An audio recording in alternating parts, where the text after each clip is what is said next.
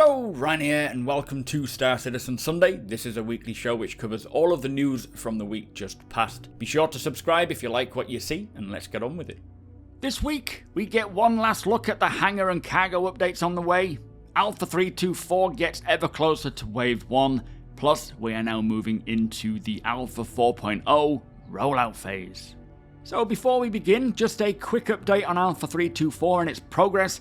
There has been a couple more 3.24 patches since my last video covering them, which I will delve deeper into early next week, but the long and short of it is Alpha 3.24 is still with the Evocati at this time. It is becoming more and more playable and smoother with each patch as they fix the issues and the blockers and smooth out the experience, but there appears to be still a couple of blockers holding it from going to Wave 1. Now personally, I am expecting Wave 1 to roll out this next week, as correspondence has begun from Cloud Imperium to content creators for this patch. That is of course dependent on how fast they can fix these blockers. It can still remain with the Evocati for however long it takes, but it looks like they are now gearing up to begin the rollout process. As I say, I will cover the latest patch notes here early next week on my YouTube channel, plus I will be sure to jump in and record videos and stream Alpha 3.24 the minute it goes to Wave 1. So make sure you are subscribed and have notifications turned on here on YouTube, and follow me over at twitch.tv/SuperMacBrother. The link is in the description. We will be delving into it deeply. So this week's Inside Star Citizen was taking one last look at Alpha 3.24's upcoming hangars and cargo updates before moving on to covering Alpha 4.0 somewhat exclusively. Now, as we will hear on Star Citizen Live this week, there is a long schedule of episodes covering many aspects of 4.0's features, which I will run through later in this video.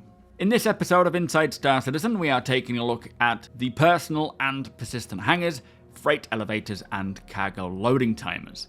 Now, firstly, it showed off these item banks or storage access kiosks, which allow you to access all of your smaller personal items at that location, moving them back and forth instead of having to use the elevator kiosk itself, pulling them up into your freight elevator.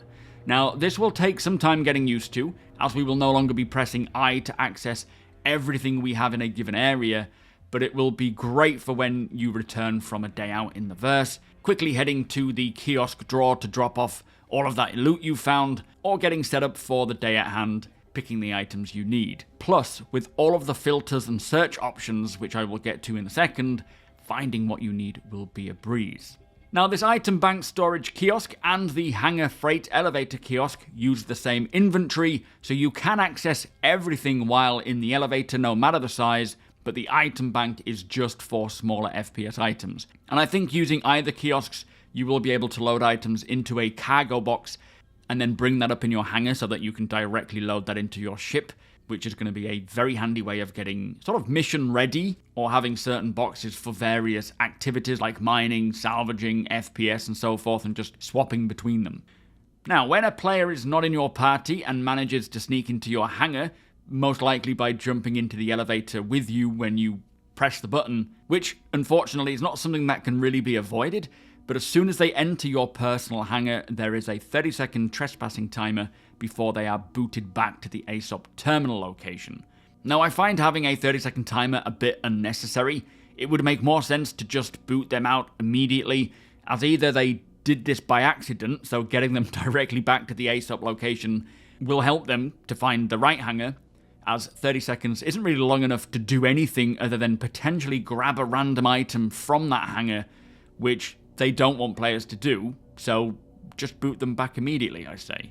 Alternatively, they have adjusted the armistice rules for hangars, where players, I believe on either party, can actually shoot each other if they enter your hangar. So essentially you can defend yourself if someone comes into your hangar, but this does kind of lead back to what I was saying, as this will now mean players sneaking into your hangar will essentially have 30 seconds to shoot you and kill you before they are then teleported back to the ASOP terminals. With a crime stat, I suppose, but they still managed to kill you to no prevail, which kind of makes no sense, as they won't have time to steal anything, so the 30-second timer seems just obsolete in my opinion. But I guess We can try it and see how it plays out. I just don't think a timer is necessary.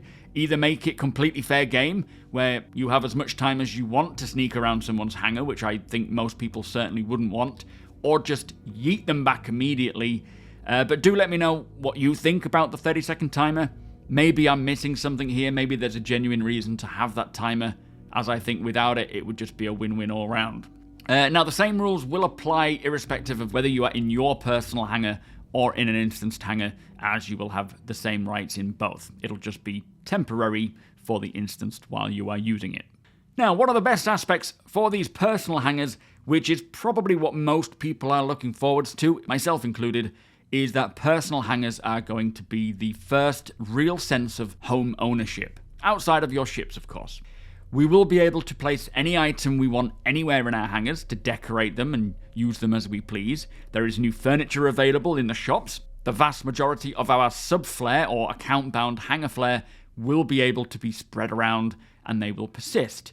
You can throw weapons, ammunition, medical devices, tools, armor pieces, even your cargo. Now, this will open up a lot of potential for cool gameplay and just a greater sense of appreciation for all of the items that we have or find. Finally being able to appreciate our hangar flare again since they removed the hangar module a few years back, staging various areas of our hangars for various reasons, like a weapon storage location, maybe a place to put your food and medical supplies, your armors, or maybe just a lounging area for you and your friends. You could even create a firing range, setting up bottles of drink on a cargo box at one end, and then practice using different weapons or scopes at different ranges. Or even using cargo to create a bit of a kill house and practicing with your friends on some CQB.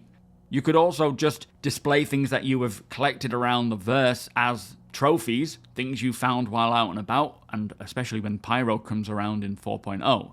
Not to mention the quality of life improvement it brings for hauling and cargo, as you can stockpile things like RMC or minables, store them in your inventory via the freight elevator until you have enough to make a bigger trip to sell them all, or if you find a better price. Or you could just be getting some cargo prepped in your hangar while your friend is coming in a bigger ship to load it into. And one very exciting new ability will be to trade with other players in a much safer environment, giving potential players the opportunity to peruse your wares if you put them out on display, make you an offer, and then make that trade. Now, these hangars will have me staging all kinds of various locations, and I'll certainly be interested in hearing what all of you will be using your hangars for and displaying, so do let me know in the comments below what you want to do and help spread that inspiration.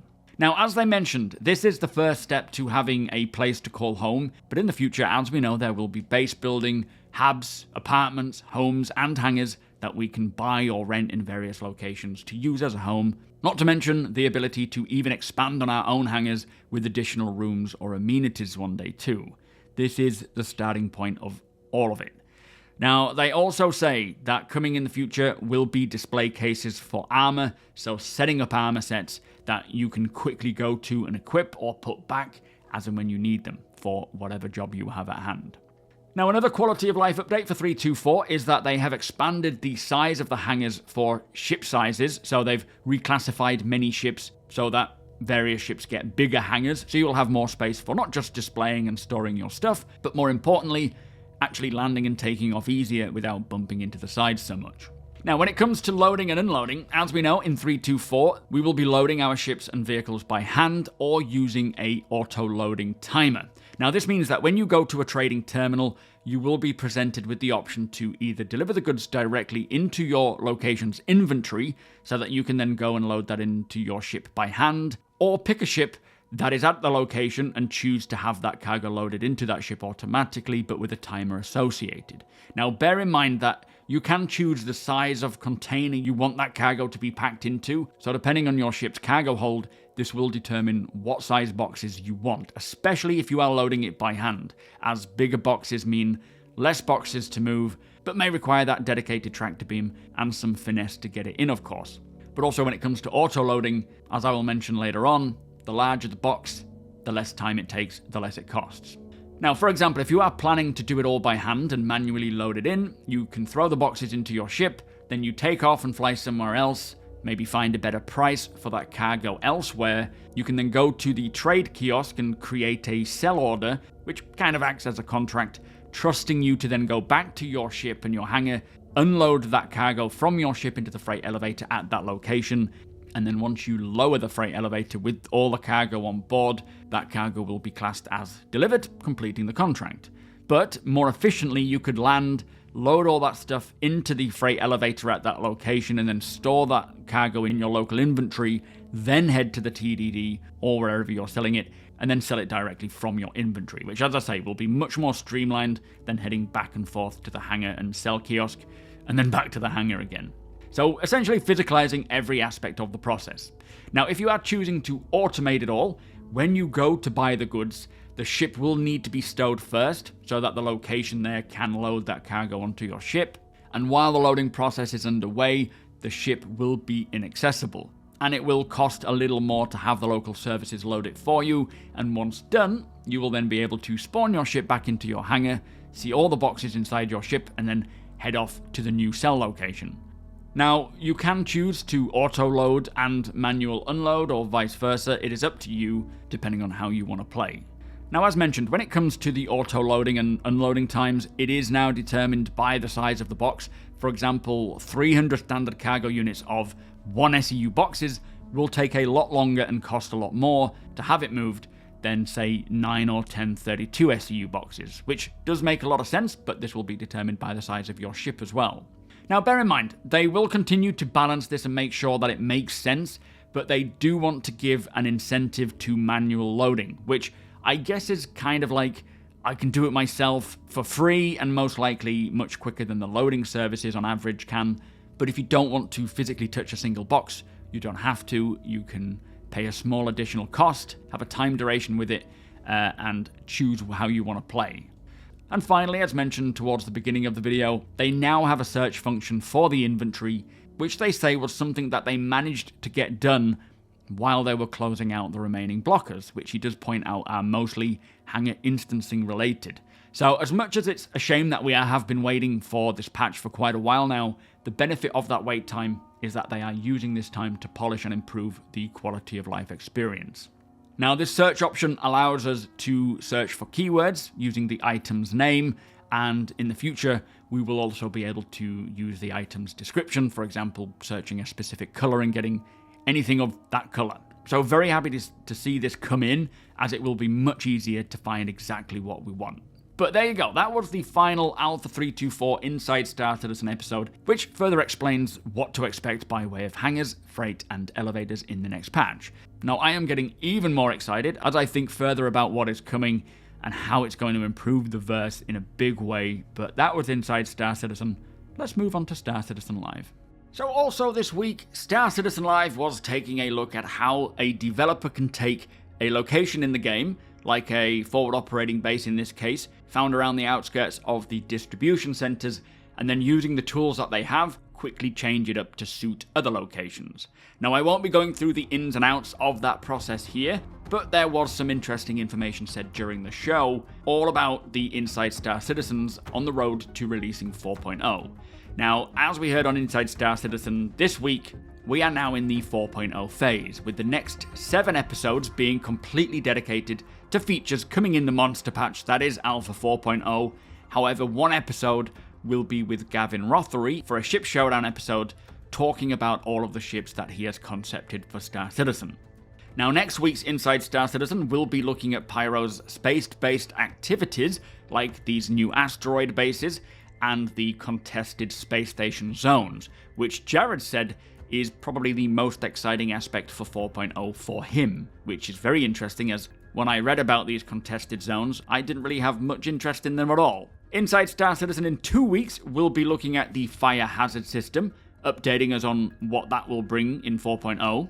In 3 weeks' time, the show will be dedicated to the social experience of Pyro, as there will be more to do in Pyro aside from fighting, and this will include a look at the NPCs' farming locations, scrapyards, and trading posts. And then on the 4th episode of Inside Star Citizen, that will be the Gavin Rothery Ship Showdown special episode. And week 5 is looking at all of the fighting in Pyro, which he says will be checking out the Xenothreat gang locations, where they live and such, which should be including Ruin Station, the main space station in Pyro. Then beyond that, in non-specified weeks, we will be checking out things like engineering, life support, a new creature feature, and the new RSI Zeus ships and MFDs, with Jared saying they have a lot of really cool stuff between now and CitizenCon. Now that is a lot to look forward to, and further solidifying the confidence that I have that 4.0 is coming out around CitizenCon, which is my guess, based on what we have heard. He also mentioned that the holdup of getting 3.24 out of the door does not impact Alpha 4.0, as they are each in different development streams, so do not be thinking that because we haven't got 3.24 yet, 4.0 will be delayed as well, as that will not impact it. But it is moving into 4.0 time. We are only months away from that patch releasing, which is super exciting. Anyway, also this week, there was a new whitelist guide which was talking all about the Anvil Carrack, and the roadmap was updated, but do not worry, I have covered all of these cool changes in a dedicated video that I will link below. And don't forget that you have until the 5th of August to pick up the TOBII Tracker 5 at 15% off before it goes back to full price. I can highly recommend them. I use them every single time I play Star Citizen, and it would not be the same without it. To take advantage of that deal, do follow the link in the description below. Plus, every purchase made from the website does provide me with a direct kickback, supporting my channel. So thank you so much in advance. So that brings us to the end of the show. If you do enjoy my content, please consider subscribing and hitting that like button. Also, I am able to do this thanks to my very generous patrons and channel members. If you appreciate what I do and would like to help make it even better from as little as $1 a month, all of the links are provided below.